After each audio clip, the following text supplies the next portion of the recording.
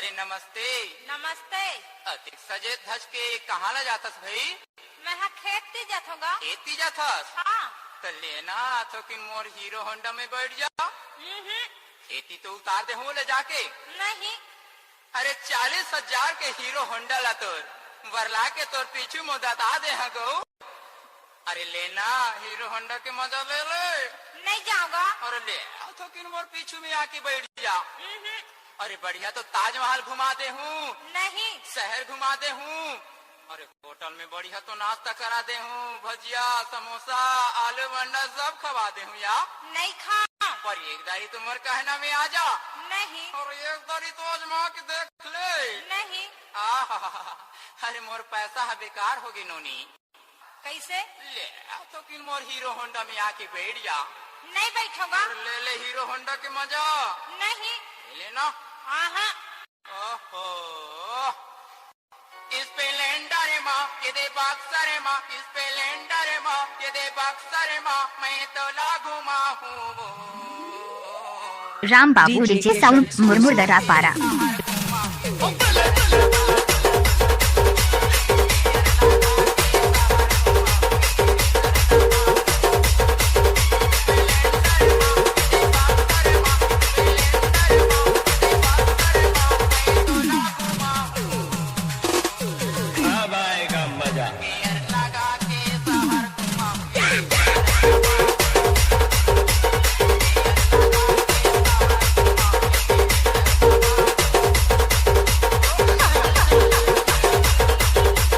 राम बाबू DJ sound मुरमुरदरा पारा। राम बाबू डीजे साउंड मुरमुरदरा पारा।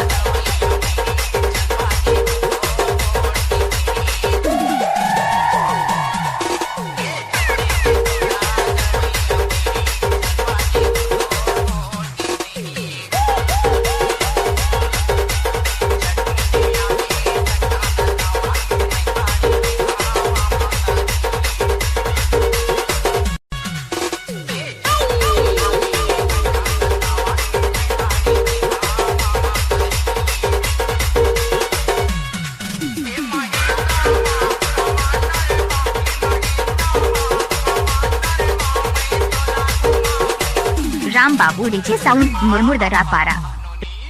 गाएगा। अरे अरे तो मोर कहना में आ जाते यहाँ। अरे आना आना आना। ले ला तो भाई जात हूँ। अरे इतनी बार तुम्हें तरसत रहे।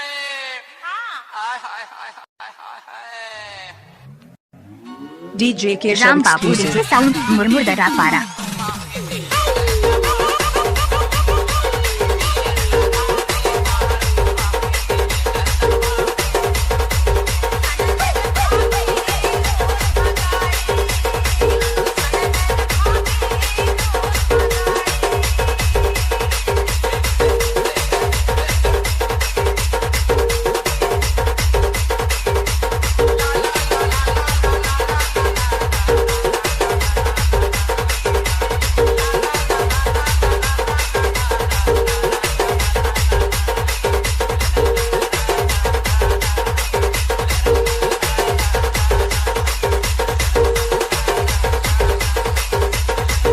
राम बाबू डीजे साउंड मुरमुरदरा पारा।